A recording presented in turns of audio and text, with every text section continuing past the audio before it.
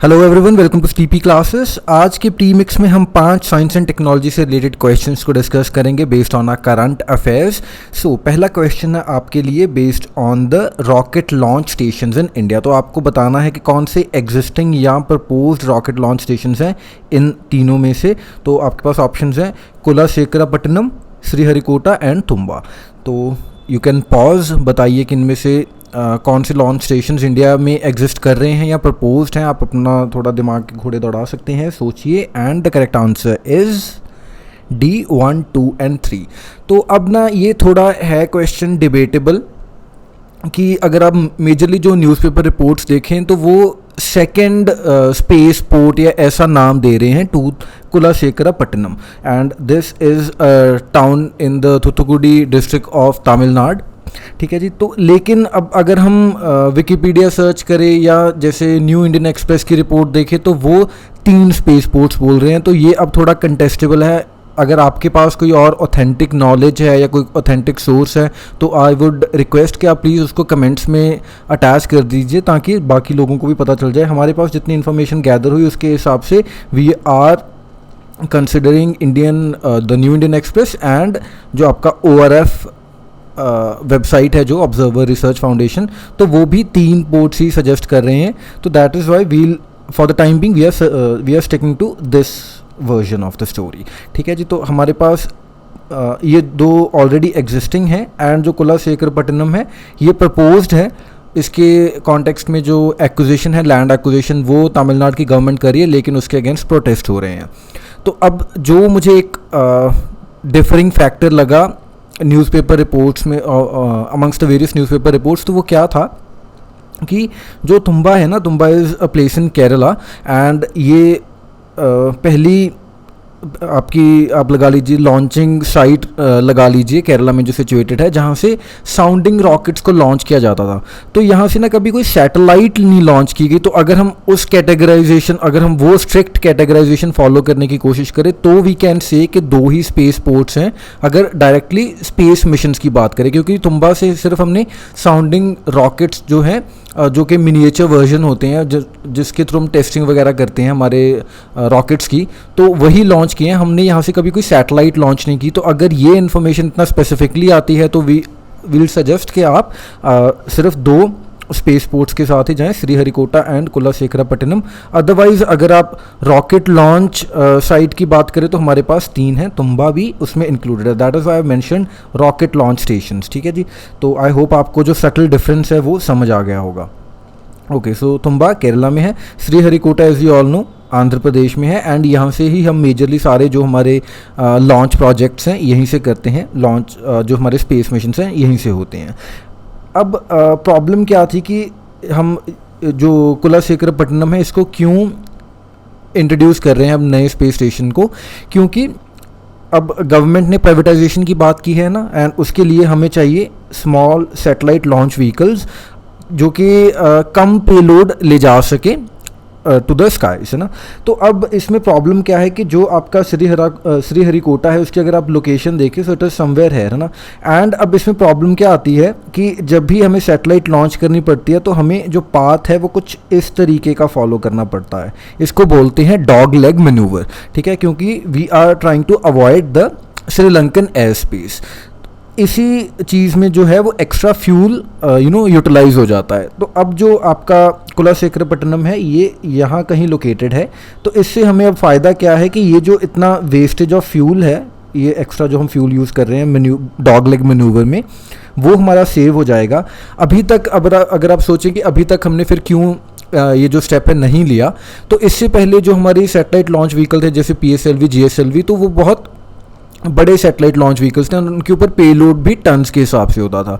लेकिन अब जो आपका स्मॉल सैटेलाइट लॉन्च व्हीकल अगर हम इंट्रोड्यूस करवाने जा रहे हैं तो इसका पेलोड की कैपेसिटी कंपैरेटिवली कम होगी। तो इसमें हमें एक आउंस ऑफ फ्यूल भी काफ़ी ज़्यादा इंपॉर्टेंट है। That is why government has come up with this proposal. ठीक है, सो आई होप आपको जो पूरी क्लैरिटी है हो गई होगी।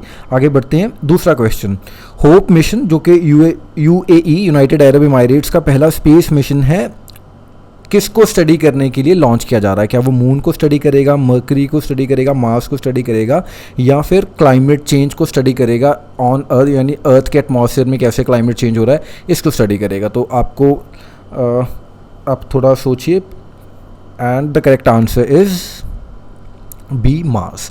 तो मार्स को स्टडी करने के लिए जा रहा है। 3 जुलाई को लॉन्च करना था इसको जापान से, लेकिन वेदर कंडीशंस की वजह से 2 दिन का डिले था, तो उसके बाद जो अगली डेट थी 16 जुलाई 2020 थी। ठीक है जी। एंड 2015 में इसको अनाउंस किया गया था, इस पूरे मिशन को, ठीक है, यूएई की गवर्नमेंट के द्वारा। एंड एम क्या है कि एक मॉडल मैप बना के देगा हमें ये पूरे मार्स के एटमॉस्फेयर का। ठीक है, तो अब अगर क्लाइमेट चेंज एक्सेट्रा, तो इसीलिए थोड़ा स्पेसिफिक होना इंपॉर्टेंट है। जैसे ये ना मार्स के एटमॉस्फेयर को भी स्टडी करेगा, एंड उसके बाद उसका इंटरेक्शन स्टडी करेगा with the space and other the solar winds and all, and moreover जो क्लाइमेट डायनामिक्स है मार्स के एटमॉस्फेयर की, इन सब के ऊपर फोकस रखेगा। तो that is why I have specifically mentioned climate change on earth, to just confuse you guys, है ना। अदरवाइज अब आपको क्लैरिटी है कि जो मिशन है किस डायरेक्शन में जा रहा है। ठीक है, ओके। थर्ड क्वेश्चन है, committee headed by dash has recently suggested allowing the use of non-personal data generated in India by domestic companies and entities. तो सबसे पहले दोस्तों नई एक टर्म आ गई, नॉन पर्सनल डेटा क्या चीज़ है। इससे पहले तो डेटा लोकलाइजेशन और प्रिवेसी ऑफ डेटा की बात हो रही थी, अभी एक नॉन पर्सनल डेटा एक नई टर्म आ गई। तो सबसे पहले आप अगर ये क्वेश्चन आंसर करें, उसके बाद हम नॉन पर्सनल डेटा भी क्या है इसके बारे में पढ़ते हैं। तो आपके ऑप्शन हैं बीएन श्री कृष्णा, क्रिस गोपाल कृष्णन, सी रंगराजन या उदय कोटक। ठीक है जी। अदरवाइज इंडिपेंडेंटली भी सब एक एक कमेटी को हेड कर चुके हैं, that is why I have mention, ताकि आपकी दूसरी कमेटीज़ जो हैं वो भी रिवाइज हो जाएं। तो एक फेवर कर दीजिए प्लीज़, अपने कमेंट सेक्शन में लिख दीजिए सभी जो इसके आंसर के अलावा जो भी बचेंगे लोग, तो वो कौन कौन सी कमेटी को हेड कर चुके हैं। ठीक है जी, ओके। सो इसमें the correct answer is B, Kris Gopalakrishnan. तो रिसेंटली गवर्नमेंट ने इन्फोसिस के हेड थे जो, उनको रखा for heading this committee, and इस कमेटी की रिकमेंडेशन है कि जो भी नॉन पर्सनल डेटा है उसको आप अलाउ कर दीजिए for the domestic companies to use. अब नॉन जो पर्सनल डेटा है उसका मतलब क्या है कि ये वो डेटा है जिससे किसी भी इंडिविजुअल की पर्सनल आइडेंटिफिकेशन नहीं हो सकती। जैसे अगर मैं मान लूँ कि आप फूड ऑर्डर कर रहे हैं ना, जोमेटो से फूड ऑर्डर कर रहे हैं फॉर एग्जांपल, उसमें आपका नाम है ना, उसमें आपकी एज भी हो सकती है, आपकी कॉन्टैक्ट इन्फॉर्मेशन हो सकती है, आपका जेंडर हो सकता है ना, ये सब चीज़ें हैं। अगर मान लीजिए मैं इसमें से नाम और कॉन्टैक्ट इन्फॉर्मेशन को रिमूव कर दूं, एंड एज, जेंडर, आपका क्या खाने की प्रेफरेंस है ना, वो सब चीज़ें मैं रख लूँ, तो उससे कोई आइडेंटिफाई तो नहीं हो रहा, लेकिन मुझे ट्रेंड्स जो हैं ओवरऑल इंडस्ट्री की डेवलपमेंट में जो काफ़ी हेल्प करते हैं वो मेरे पास बच जाते हैं। तो इसको हम कैटेगराइज कर सकते हैं नॉन पर्सनल डेटा। ठीक है जी। सो एनी डेटा जिससे हम पर्सनल आइडेंटिफिकेशन नहीं कर सकते किसी की, and in essence it means that no individual or living person can be identified by looking at such data, क्योंकि ओवरऑल अब हमें ट्रेंड्स तो चाहिए ही, फिर ही चीज़ें हैं आगे डेवलप होंगी। सो इन्फोसिस के को फाउंडर क्रिस गोपालकृष्णन को हेड करने के लिए कहा गया, एंड कमेटी ने रिसेंटली अपनी ड्राफ्ट रिपोर्ट रखी है। तो अगर आप भी चाहें तो अपने सजेशंस दे सकते हैं, पब्लिक डोमेन में है रिसेंटली ये रिपोर्ट। ठीक है जी, ओके। तो ये कमेटी क्या कह रही है, इसने 3 मेन कैटेगरीज में आपके नॉन पर्सनल डेटा को भी कैटेगराइज कर दिया, public non personal data, community non personal data and private non personal data. ठीक है जी, तो ये ब्रॉडर हमने ये कमेटी भी देख ली। इसके बाद 4th क्वेश्चन डिफेंस इक्विपमेंट से रिलेटेड है। आपको बताना है कौन सी इक्विपमेंट जो करेक्टली मैच्ड अपनी कंट्री ऑफ ओरिजिन से। ये क्वेश्चन थोड़े इंपॉर्टेंट होते भी हैं, थोड़े ट्रिवियल भी लग सकते हैं आपको, बट क्योंकि रिसेंटली गवर्नमेंट ने काफ़ी बड़ा अनाउंसमेंट की थी कि भाई हम एरोप्लेन्स वगैरह ख़रीद रहे हैं ना, और जैसे आपने सुना होगा मिग 29 एंड ऑल, तो उसके ऊपर हमने एक वीडियो भी बनाया था, if you can recall, defence पूरा बजट्स वगैरह वाला, कि comparison of India's defence budget with other countries. अगर आपने वो वीडियो नहीं देखा तो I will attach that video at the end of this video. ठीक है जी, ओके। तो अब आपको बताना है कि क्या स्पाइक मिसाइल हमने अमेरिका से ली है, क्या मिराज 2000 रशियन प्लेन है, एंड क्या Heron drones they are from Israel. तो करेक्ट आंसर क्या है, आप थोड़ा सोचिए, and the right answer is B, 3 only, पहले दोनों ही गलत हैं। स्पाइक मिसाइल कहाँ से ली है, स्पाइक मिसाइल ली है हमने इसराइल से। ठीक है जी, एंड स्पाइक मिसाइल क्या है, एंटी टैंक मिसाइल है। इंडिया की एंटी टैंक मिसाइल कौन सी है, नाग। एंड एक अमेरिकन वर्जन भी है स्पाइक मिसाइल का, तो वो आप कमेंट्स में लिख दीजिएगा प्लीज़ कि कौन सी जो एंटी टैंक मिसाइल है जो कि अमेरिका यूज़ करता है, ठीक है। ओके, इसके बाद मिराज 2000 हमने रशिया से नहीं फ्रांस से प्रोक्योर किए हैं, एंड हेरोन ड्रोन्स जो हैं दे आर फ्रॉम इजराइल, ठीक है जी। ओके, इसके अलावा भी जैसे मिग कहाँ की है, मिग ऑब्वियसली रशियन है ना, और देन उसके अलावा हमारे पास और कौन से हैं, सुखोई हैं, सुखोई भी रशियन है।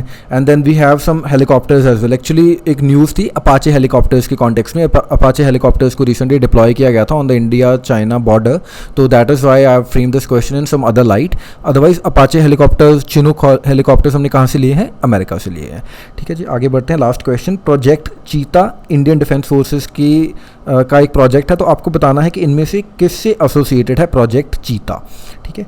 तो क्या S-400 जो मिसाइल डिफेंस सिस्टम हम रशिया से लेने वाले हैं उससे रिलेटेड है ये, या फिर रफाल फाइटर जेट से रिलेटेड है, ठीक है।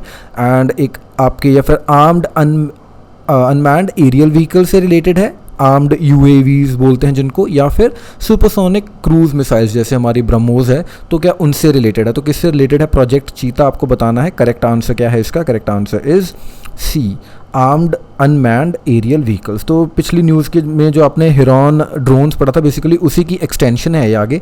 तो जो हिरॉन ड्रोन्स हैं हमारे इंडियन डिफेंस फोर्सेस तीनों विंग्स ही काफ़ी टाइम से यूज़ कर रहे हैं। रिसेंटली जो डिफेंस फोर्सेस हैं उन्होंने अपना प्रपोजल रखा है कि हमें इनके आर्म्ड वर्जन भी प्रोक्योर करने चाहिए।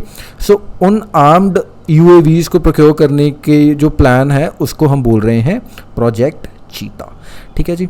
और सिमिलरली एक प्रोजेक्ट 75 भी है, 75I, प्रोजेक्ट 75 ये क्या है, सो नेवी के प्रोजेक्ट हैं कुछ, तो ऐसे मेजरली अगर कुछ न्यूज़ में आए तो आप प्लीज़ एक जगह पर कंसोलिडेटेड नोट्स इनके बनाते रहिए, लिखते रहिएगा, ठीक है जी।